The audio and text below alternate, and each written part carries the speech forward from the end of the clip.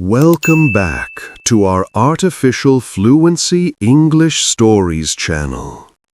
Before we begin, I want to tell you something from the bottom of my heart. I upload new story videos to our channel every day for you to learn and grow. Don't forget to support me so I can continue doing this. You can help me reach more people by subscribing, liking my videos, and commenting. Please don't forget to do these things. Have you ever held on to something so tightly that your hands began to hurt? Not just your hands, but your heart too? There is an old story, a story that travels through time, about a traveler who walked through many lands. This traveler carried a glass in their hand, a simple, beautiful glass filled with water. At first, the glass felt light, easy to hold. But the traveler never put it down. Not for a moment, not for a breath. Days passed, weeks passed, and the glass, the same glass, began to feel heavier and heavier, until the traveler's arm shook with pain, until their whole body ached. But still, they would not let go. Why? Because they believed that letting go meant giving up, that letting go meant weakness. Tonight, I want to tell you a different story, a story about a young woman named Maya, a story about weight and wings and the quiet power of release. This is a story about the art of letting go. If you're enjoying this story, don't forget to like, comment, and subscribe so you can learn more English through stories with us. The year is 1954. Hong Kong is crowded, poor, struggling. In a tiny apartment, a baby is born. His parents name him Chan Kong Sang. His father works as a cook. His mother works as a housemaid. They have almost nothing. Some nights they don't eat so their son can have rice. The parents make a terrible choice. They give their baby away to another family. Just for a little while, just to survive. But the boy comes back, and somehow the family continues, day by day, breath by breath. 6 years pass. The boy is now 6 years old. He is small, skinny, quiet. One day, his parents tell him something that will change his life forever. We have a job, they say, in Australia, a good job. We will have money, food, a better life. The boy feels happy. When do we go? He asks. His mother looks away. His father speaks slowly. You cannot come with us. You will stay here, in a school, a special school where you will learn Chinese opera. The boy doesn't understand. For how long? We don't know. When will I see you again? We don't know. 10 years, the answer was. But they didn't tell him that. The boy was taken to a building with high walls. The sign said, China Drama Academy. It looked like a school, but it wasn't a school. It was a prison. Master Yu Jim Yuen ran the academy. He was a small man with sharp eyes. He believed in one thing, Pain teaches perfection. That first night, the boy cried himself to sleep on a hard wooden floor. Around him, other children cried too, but their crying was quiet, almost silent, because they had learned that crying brings beatings. The next morning, before the sun rose, a loud bell rang. "Get up!" Master Yu shouted. "Training begins now." The children lined up. They were young. Some were only 5 years old. Some were 12. All of them were thin. All of them were afraid. "Today," Master Yu said, "you begin learning what your body can do. You will stretch until it hurts. You will practice until you can't move. You will obey until obedience becomes natural." And so it began. From before sunrise until late at night, they trained. They practiced acrobatics, martial arts, opera singing, dancing, flips, splits, handstands. If a child made a mistake, Master Yu hit them with a bamboo stick, hard, on the legs, on the back, anywhere. If a child complained, the beating was worse. If a child cried, the beating was worse still. There were no weekends, no holidays, no rest, just training and pain and more training. The boy's legs were forced into full splits. He screamed, but the master pushed harder. "The body must obey the mind," Master Yu said. "Pain is temporary. Discipline is forever." The boy was forced to hold handstands for hours. His arms shook. His whole body trembled. When he fell, he was beaten and told to do it again. At night, he lay on the wooden floor, his body covered in bruises. He thought of his parents. He wondered if they were thinking of him. "I want to go home," he whispered to another boy in the darkness. "This is home now," he replied. "There is no other place for us." Days became weeks. Weeks became months. Months became years. The boy stopped crying, not because the pain stopped, but because he learned that tears change nothing. He learned something else too, something powerful. He learned that if he smiled during the pain, if he made jokes when his body hurt, the other children would feel less afraid, and when they felt less afraid, he felt less alone. He learned to control his face even when his body was breaking. He learned that sometimes strength looks like a smile. 10 years passed in that prison school. The boy grew into a young man. He was 17 years old now. His body was covered in scars. His bones had been broken and healed. His muscles were like steel. But he had no education. He couldn't read or write well. He had no money, no family waiting for him. Master Yu called him one day. "You're leaving now," he said. "Go make your life." Just like that. No ceremony, no goodbye. Just leave.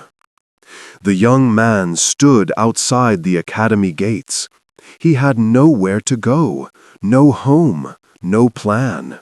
Just a body that could do impossible things.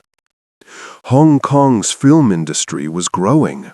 Movies were being made quickly and cheaply, and every movie needed stuntmen. People willing to jump off buildings, to crash through windows, to be hit with real sticks. The young man heard that stuntmen could earn money, so he went to the studios. "Can you fall from high places?" the director asked. "Yes," he said. "Can you get hit and make it look real?" "Yes." "Can you do it again if you get hurt?" "Yes." He was hired. His job was simple: be hurt on camera, then be replaced when the star came back. Nobody asked his name. Nobody cared about his story. He was just another body, cheap, replaceable. He jumped off balconies. He crashed through tables. He was hit with wooden sticks, real ones that left real bruises, real pain. Directors treated stuntmen like tools. "Do it again," they shouted. "Jump higher, fall harder, make it look more painful."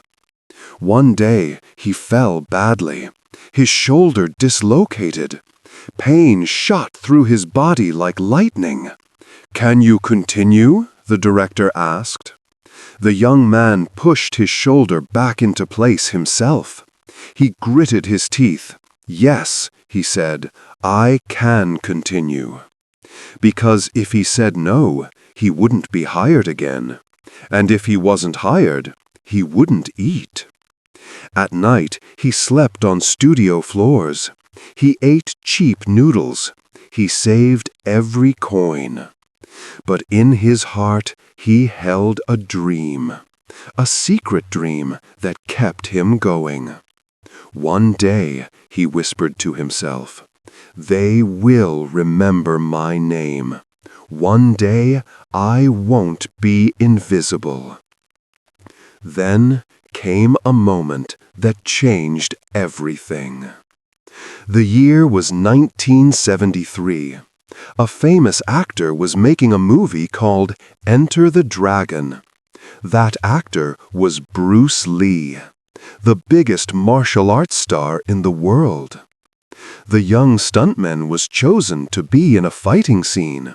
His job was simple: be hit by Bruce Lee and fall. During the scene, Bruce Lee hit him with a stick. It hurt. It was supposed to hurt. That was the job. But then, something unexpected happened. Bruce Lee stopped the scene. He ran over to the young stuntman. He looked into his eyes. "Are you okay?" Bruce Lee asked. The stuntman froze. Nobody had ever asked him that before. Nobody important had ever noticed him. I'm okay," he stammered. Bruce Lee smiled.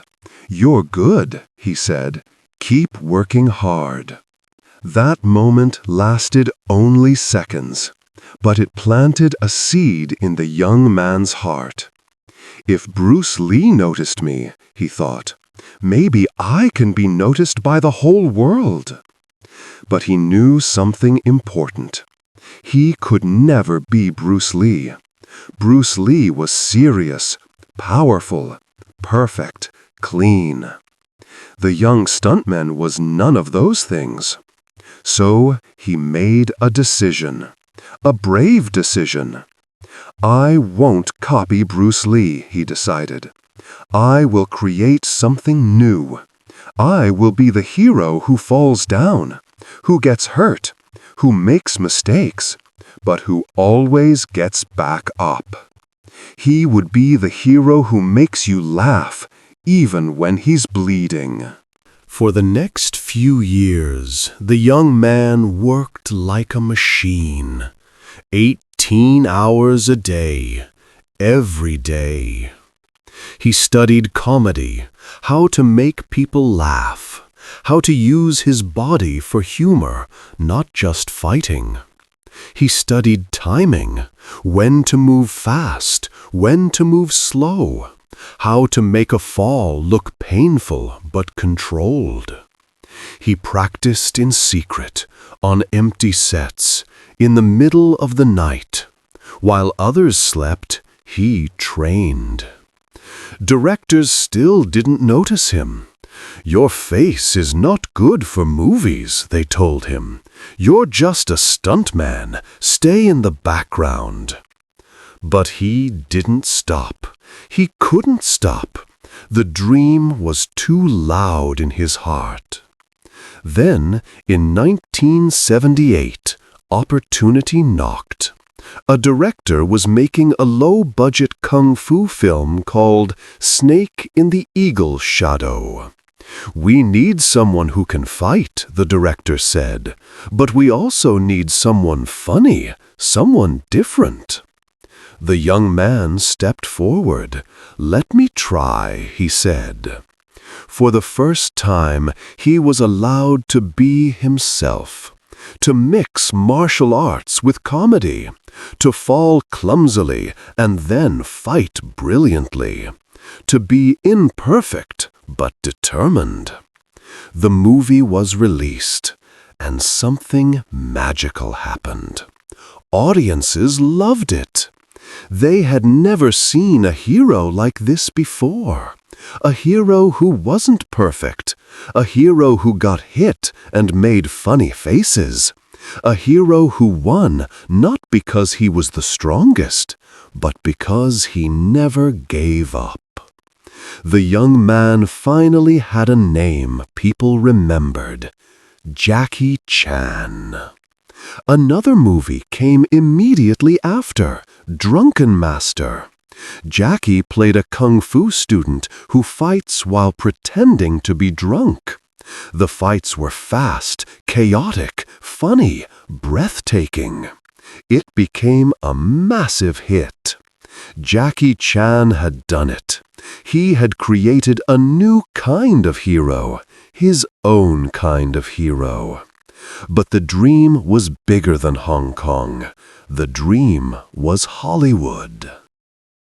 If this story is inspiring you, please take a moment to like this video and subscribe to our channel.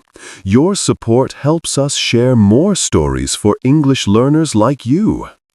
By 1980, Jackie Chan was a star in Asia.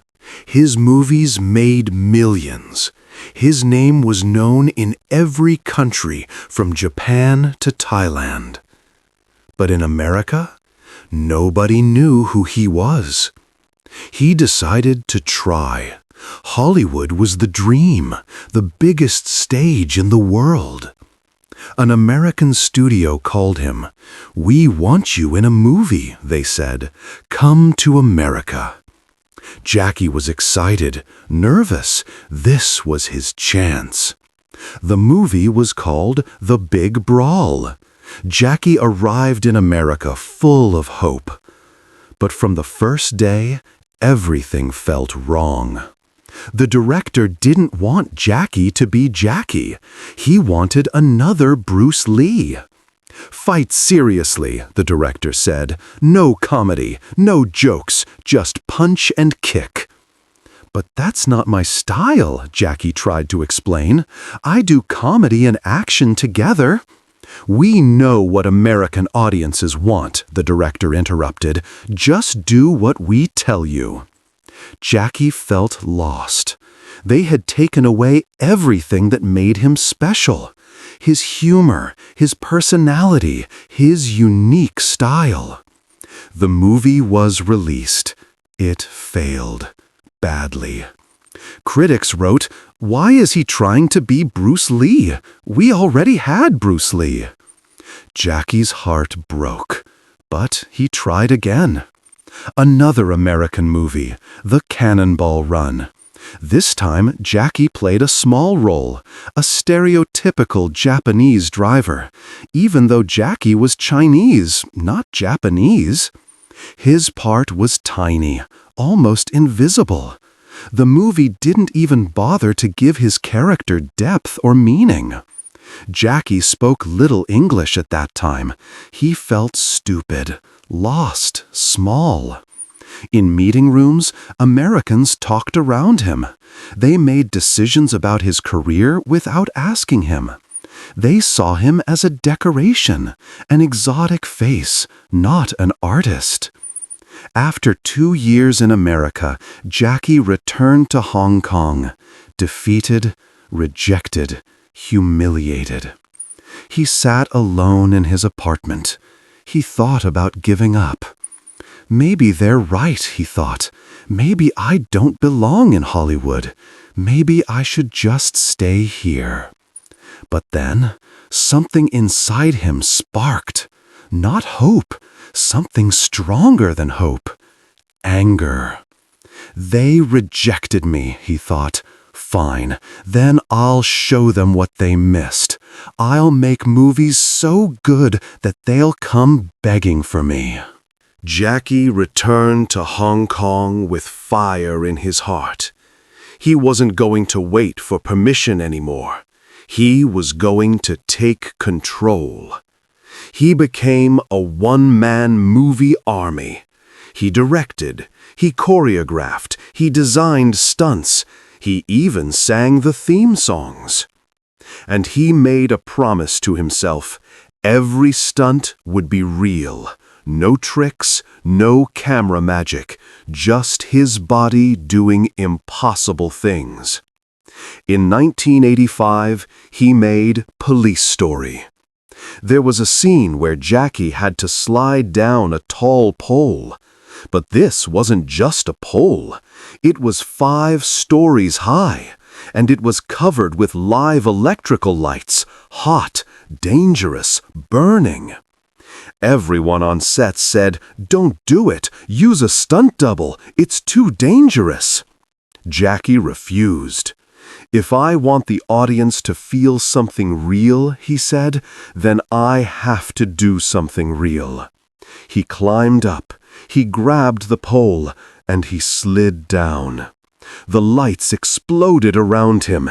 Glass cut his hands. Burns covered his palms.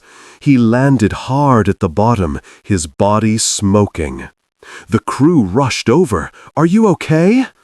Jackie was bleeding. His hands were burned, but he smiled. "Did we get the shot?" "Yes," the cameraman said, stunned. "Good," Jackie said. "Then it was worth it."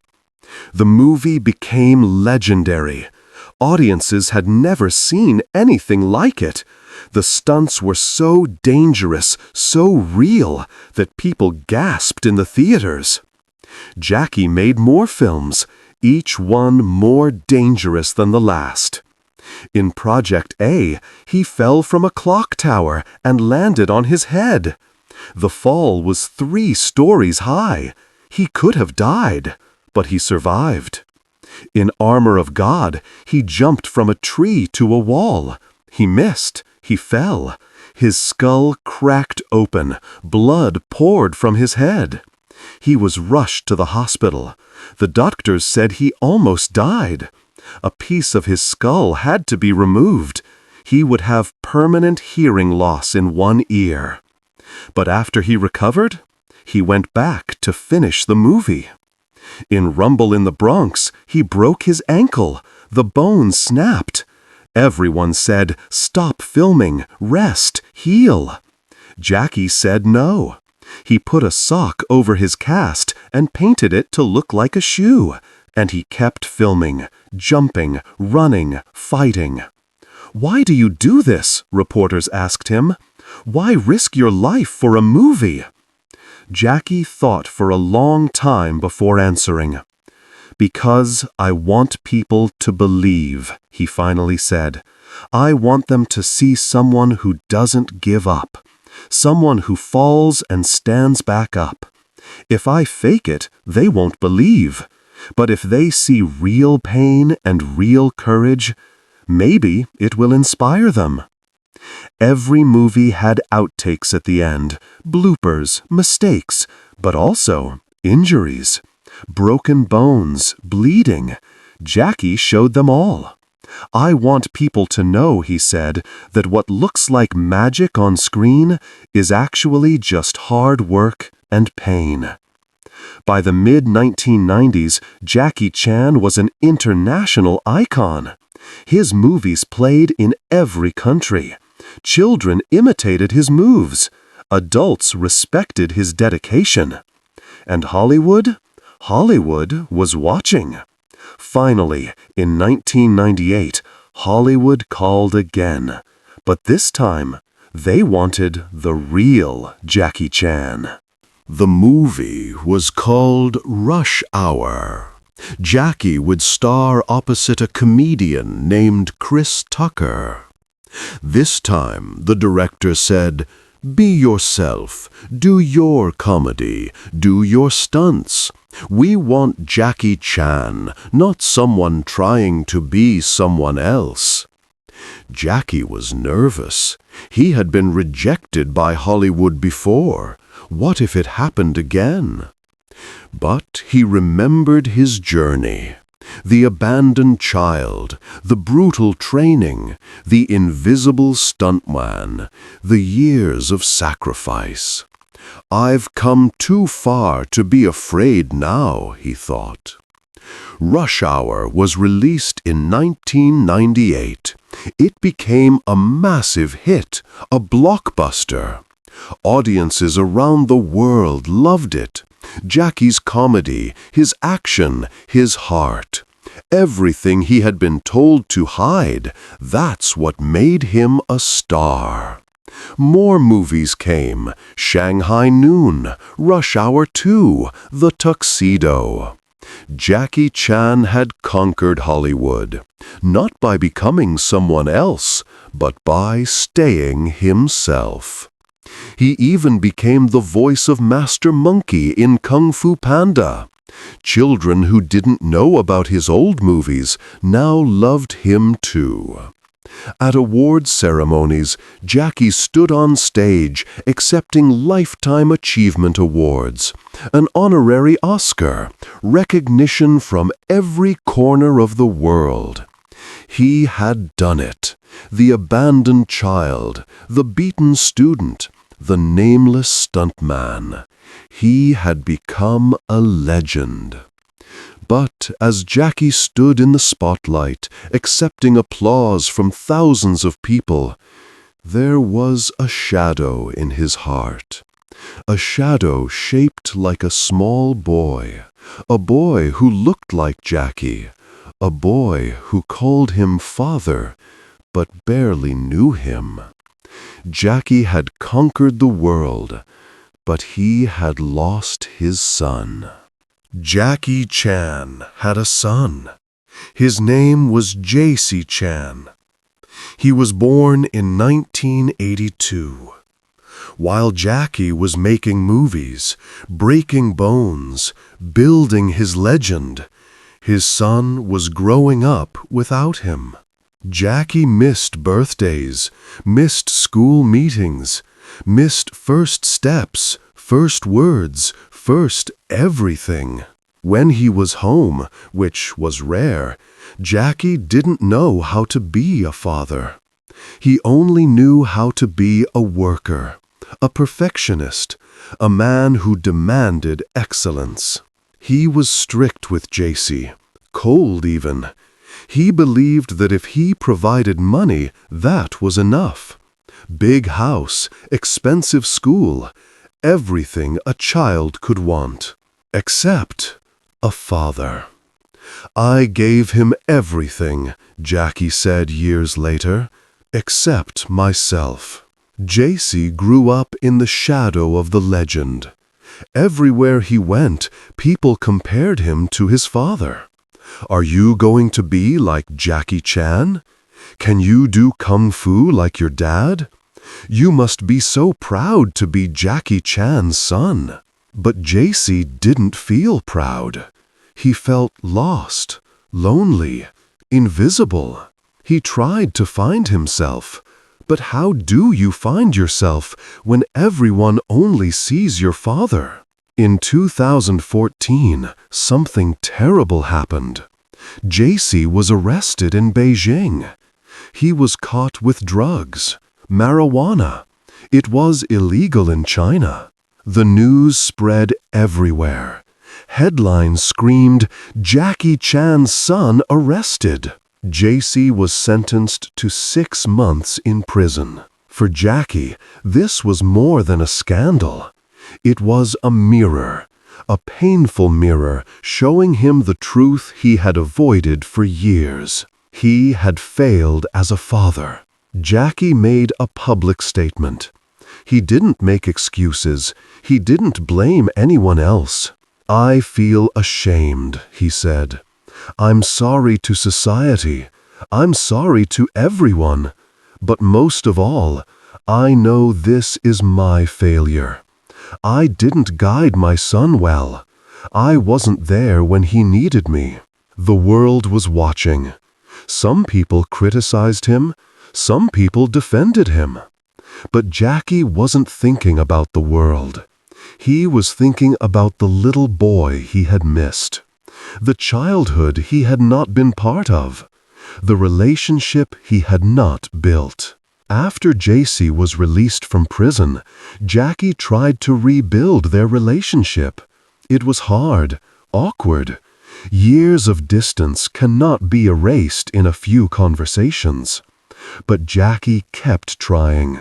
He also made another decision, a shocking decision.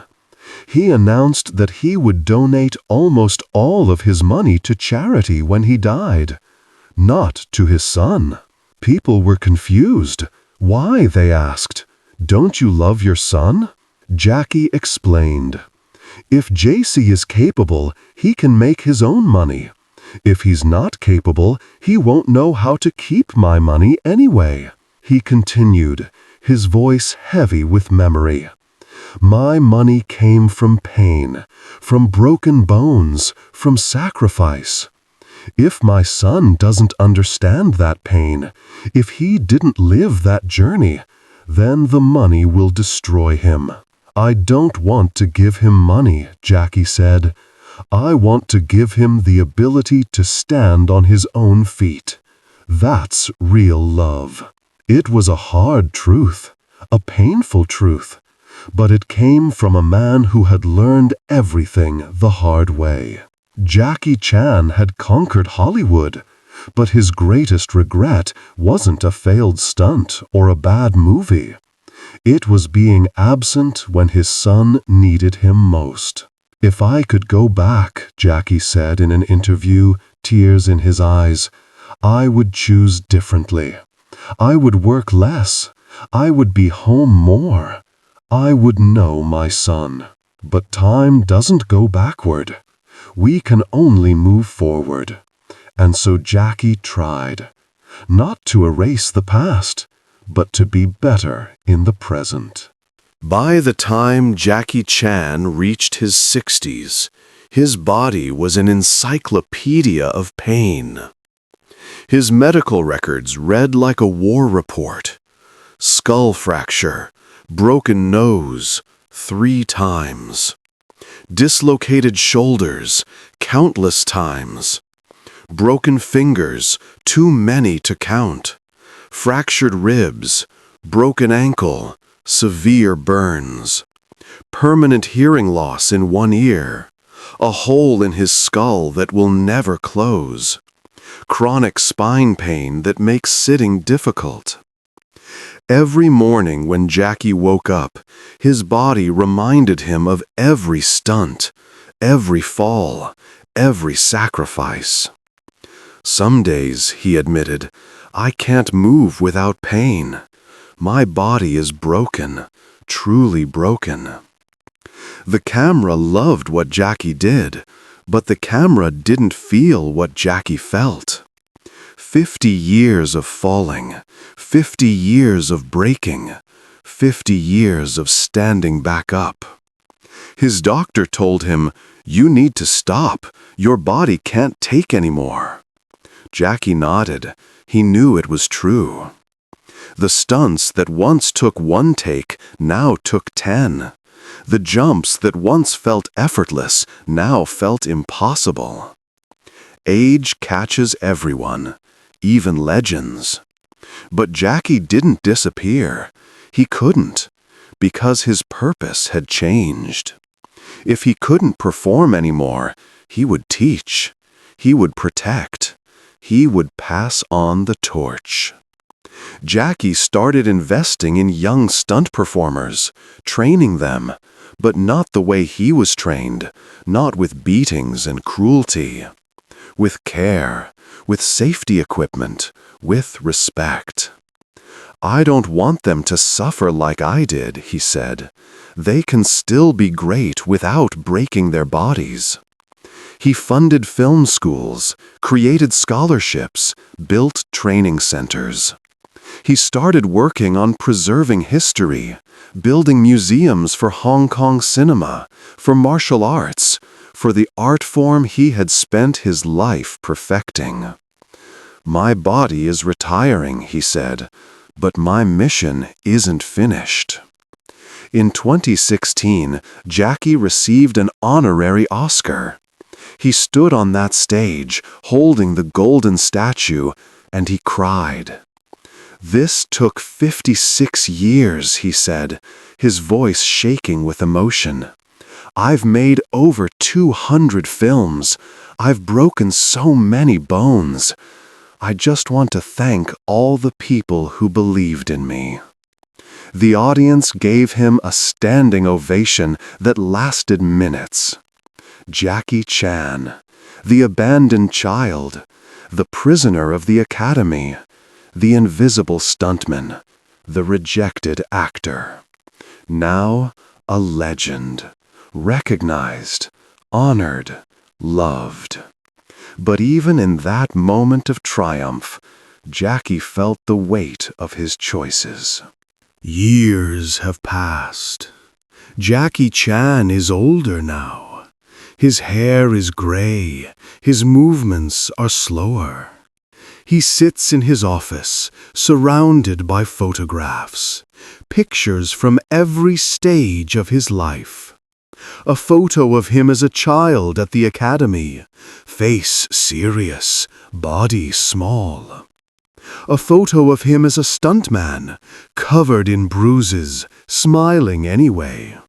A photo from Drunken Master, young, energetic, unstoppable. A photo with his son. JC is young in the picture. They're standing far apart, neither one smiling. Jackie touches that photo gently, his biggest regret. In interviews, reporters ask him, "If you could live your life again, would you do it the same way?" Jackie thinks for a long time before answering.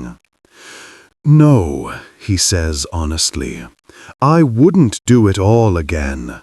Not because I don't love my fans, not because I regret my career, but because I would like to live once without pain." He pauses. "I would like to know what it feels like to be a good father, to be present, to choose family over fame." But then he adds something important.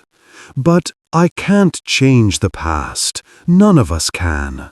So what matters now is, what lesson do we learn? What do we teach the next generation?" Jackie's message to young people is clear. Don't chase easy success. Chase real value. Don't give up when it hurts. That's where strength is built. Don't sacrifice what you love for what you want, because when you get what you want, you might realize you lost what you loved. Jackie Chan's legacy is complicated, beautiful and broken, triumphant and tragic. He became a legend, but legends are human too. They succeed, they fail, they hurt, they regret. The world sees the movies, the fame, the glory. But Jackie knows the real price, the pain, the sacrifice, the loneliness at the top. I gave my body to cinema, he says, and cinema gave me immortality. But immortality can't hug you at night. It can't forgive you for mistakes. It can't fill the empty spaces in your heart. Still, if you ask Jackie Chan if it was worth it, he will say yes. Because millions of people were inspired by his story. Children learned to stand up after falling. Adults learned that imperfection doesn't mean failure. Jackie Chan showed the world that heroes don't have to be perfect. They just have to keep trying. And maybe that's the real legacy. Not the films, not the awards, not the broken bones. But the message. You can start from nothing. You can be abandoned, beaten, rejected. You can fail 100 times. But if you never give up, if you smile through the pain, if you stand back up every single time, you can become unforgettable. Tonight, we walked through the life of Jackie Chan, from darkness to light, from abandonment to legend, from pain to purpose. What can we learn from his story? Perhaps this: success is not just about winning, it's about how many times you stand back up after falling. Perhaps this: fame and success don't heal old wounds. Only we can do that, through choice, through presence, through love. Perhaps this: the things that make us different, the things we're told to hide, those are often the things that make us special. Jackie Chan was told his face wasn't right for movies, but that face became one of the most recognizable in the world. He was told to be serious like Bruce Lee, but his comedy and heart made him unique. He was told he would never succeed in Hollywood, but he conquered it by being himself. Your story may be different from Jackie's, but the lesson is the same. Don't hide who you are. Don't give up when people reject you. Don't stop when it hurts. Because the pain, the falling, the getting back up, that's where legends are made. Thank you for listening to this story with me. Thank you for improving your English through these words. Thank you for being here. Don't forget to like, subscribe, and comment below. Tell me, what lesson from Jackie Chan's life speaks to you most? Until tomorrow's story, remember, you are stronger than you know, and your story is still being written. Dream big, fall down, stand back up, and never, ever give up. Good night.